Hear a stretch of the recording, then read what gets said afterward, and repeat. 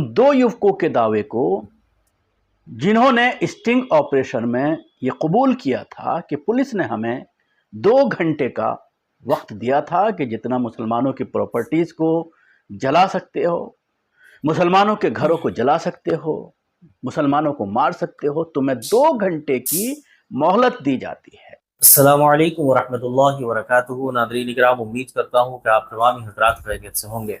Nadreen, Bahraich दंगे को लेकर अब एक ऐसा वीडियो निकल करके सामने आ गया है कि जिस वीडियो को देखने के बाद यूपी सरकार और यूपी पुलिस दोनों ही सवालों के घेरे के अंदर आ गई हैं। जी हाँ, इस वीडियो के अंदर बहुत ही अजीब और गरीब दावे किए गए हैं, जिसकी वजह से पुलिस के ऊपर भी गंभीर आरोप लगे हैं और यूपी सरकार भी सवालों के घेरे में आ गई है। क्या है वो वीडियो, आइए देखते हैं इस वीडियो के अंदर। आदाब, नमस्कार, मैं हूं शकील अहमद और आप देख रहे हैं न्यूज़ एमएक्स। दोस्तों, बहराइच दंगे को तकरीबन 12-13 दिन बीत चुके हैं। आज 26 तारीख है। 13 तारीख को ये दंगा बहराइच में भड़का था। 13 तारीख को विसर्जन के दौरान ये पूरा मामला हुआ था और उसके बाद 14 तारीख को मुसलमानों के घरों में, दुकानों में आग लगाई गई थी। इस मामले में अब तक 100 से ज़्यादा पुलिस गिरफ्तार कर चुकी है लोगों को, जिसमें 80 के करीब मुसलमान बताए जा रहे हैं। शुक्रवार को भी 26 लोगों को गिरफ्तार किया गया, उनका मेडिकल कराया गया और उसके बाद उनको जेल भेज दिया गया। इस मामले में कल एक और वीडियो सामने आया है जिसमें उस दावे को, उन दो युवकों के दावे को जिन्होंने स्टिंग ऑपरेशन में ये कबूल किया था कि पुलिस ने हमें 2 घंटे का वक्त दिया था कि जितना मुसलमानों की प्रॉपर्टीज़ को जला सकते हो, मुसलमानों के घरों को जला सकते हो, मुसलमानों को मार सकते हो, तुम्हें 2 घंटे की मोहलत दी जाती है। इसी बात को आगे बढ़ाते हुए ये वीडियो जो आप अपनी टीवी स्क्रीन पर देख रहे हैं, ये उन दो युवकों के दावे को पूरी तरह से साबित करता है, उसकी पुष्टि करता है कि किस तरह से पुलिस वाले उपद्रवियों के साथ थे, उनकी सुरक्षा में मौजूद थे। पुलिस जिसका ये दायित्व बनता है, जिसकी ये जिम्मेदारी बनती थी कि वो इस दंगे पर तुरंत एक्शन लेते हुए उपद्रवियों को दड़ाए, उनको वहां से हटाए, जिसके लिए बल का इस्तेमाल किया जाना जरूरी था। सवाल यही है कि जब जब उत्तर प्रदेश में मुसलमानों के जरिए, आपने देखा था CA-NRC प्रोटेस्ट में जिस तरह से 1.5 दर्जन से ज्यादा लोगों को सीधे गोली मारी गई थी पुलिस के जरिए और उनकी मौत हो गई थी। कई लोगों की मौत हुई थी। क्यों हुई थी? कोई पत्थरबाजी नहीं की जा रही थी, कानून को हाथ में नहीं लिया जा रहा था, या कहीं दंगा नहीं भड़का था, हिंदुओं की कॉलोनी पर हमला नहीं किया गया था, मकान नहीं जलाए गए थे, दुकान नहीं जलाई गई थी, लेकिन फिर भी पुलिस ने मुसलमानों के ऊपर सीधा फायर किया। बहराइच दंगे के जो मुख्तलिफ वीडियो आ रहे हैं वो ये साबित कर रहे हैं कि न सिर्फ दंगाइयों को खुली छूट दी गई, न सिर्फ दंगाइयों को प्रोटेक्शन दिया गया, बल्कि इस दंगे में पुलिस पूरी तरह से दंगाइयों का समर्थन कर रही थी।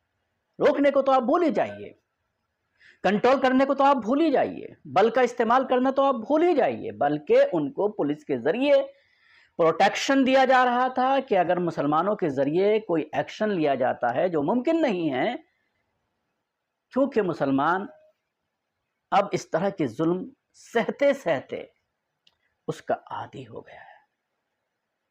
और करे भी क्या बेचारा? पहले दंगाइयों के जरिए हमले किए जाते हैं, पहले दंगाइयों के जरिए घरों में आग लगाई जाती है, प्रॉपर्टी को नुकसान पहुंचाया जाता है, गाड़ियां जलाई जाती हैं और उसके बाद गिरफ्तारियां भी मुसलमानों की होती हैं और फिर ऑर्डर दे दिया जाता है घरों पर बिल्डोजर चलाने का, घरों पर बिल्डोजर चला करके उसको नेस्त नाबूद करने का।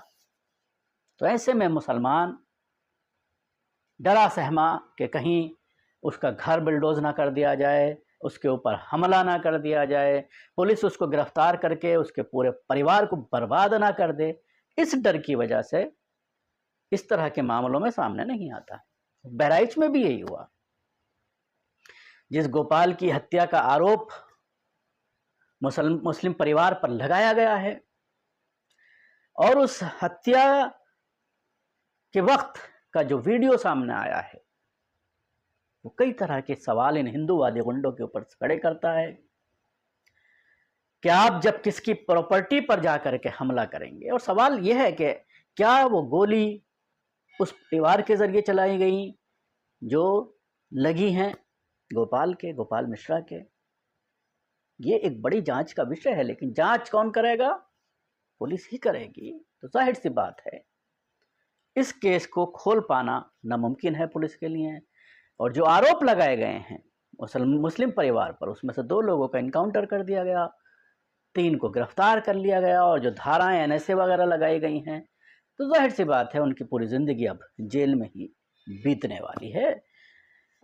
मुस्लिम होने के नाते आपने देखा उमर खालिद को लेकर अमेरिकन अखबार न्यूयॉर्क टाइम्स एक पूरा फुल पेज छापता है और वो ये बताता है कि किस तरह से बिना किसी आरोप के 4 साल तक उमर खालिद को जेल में रखा जाता है, उसको जमानत नहीं दी जाती, आरोप सिद्ध नहीं किए जाते, उस पर सुनवाई नहीं की जाती, ज़बरदस्ती मामले को लॉन्गर ऑन किया जा रहा है, ज़बरदस्ती इस मामले को ज़्यादा आगे बढ़ाया जा रहा है। ये तो हाल है पुलिस का और हमारी कोर्ट्स का, जिसको लेकर के विदेशी मीडिया पूरा एक बड़ा अखबार है, दुनिया का बड़ा अखबार है, वो पूरा फुल पेज उस पर लिखती है, उसको छापती है। और भारत में जो डेमोक्रेसी जो दम तोड़ रही है, जो कोर्ट्स के हालात हैं वो आपके सामने हैं।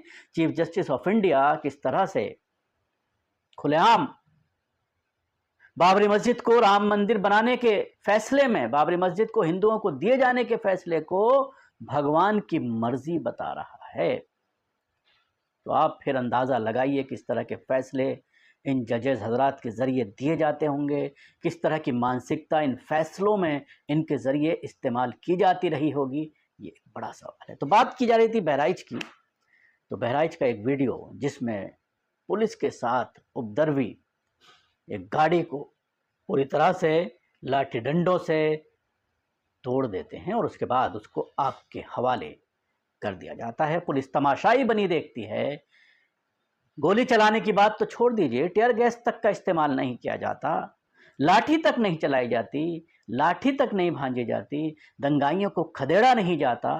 तो जाहिर सी बात है उत्तर प्रदेश में दंगाइयों को खुली छूट बाबा के राज में, योगी आदित्यनाथ के राज में दंगाइयों को दी जा रही है, जिसकी वजह से इनके हौसले बुलंद हो रहे हैं। क्योंकि इन्हें मालूम है कोई भी क्राइम कर लें, किसी की भी लिंचिंग कर दें, मुसलमान की गाय के नाम पर लिंचिंग कर दें, चोरी के नाम पर लिंचिंग कर दें, घर में घुसकर डाका डालने के नाम पर लिंचिंग कर दें, उल्टा मरने वाले के ऊपर ही FIR दर्ज की जाएगी और न सिर्फ मरने वाले बल्कि उसके रिश्तेदारों तक को घसीटा जाएगा और फिर उसके घर पर बिल्डोजर चला दिया जाएगा। ऐसे ही हुआ अलीगढ़ में। जब आरोपी पक्ष को गिरफ्तार किया गया तो हंगामा हुआ हिंदूवादी संगठनों का, बाजार बंद कर दिए गए, नाम बंद हो गए सारे हिंदू, और उसके बाद उल्टा डकैती का केस मरने वाले पर और उसके भाई पर लगाया गया। जाहिर सी बात है जब इस तरह का गुंडा राज चले, सरेआम कानून की धज्जियां उड़ाई जाएं, तो बहराइच जैसी घटनाएं जगह जगह हो सकती हैं। पुलिस अब हालांकि कह रही है कि मामला पूरी तरह से शांत है, कंट्रोल में कर दिया गया है, लेकिन अभी भी मुसलमानों के अंदर दहशत है, घरों से भागे हुए हैं नौजवान, उन्हें ये डर है कि अगर वो घर पर पहुंचे तो उनको गिरफ्तार कर लिया जाएगा। शुक्रिया। आपको हमारी ये कोशिश कैसी लगी ज़रूर बताएं। हमारे यूट्यूब चैनल को सब्सक्राइब करना ना भूलें, इसके साथ ही बेल आइकन जरूर दबाएं। अगर आप ये वीडियो फेसबुक पर देख रहे हैं तो पेज को लाइक करें, उसके साथ ही तो देखा आपने इस वीडियो के अंदर किस तरह से दावे किए जा रहे हैं और इस तरह की बातें जब निकल करके सामने आई हैं तो यूपी पुलिस और यूपी सरकार दोनों ही सवालों के घेरे में आ गई। अस्सलाम वालेकुम व रहमतुल्लाह।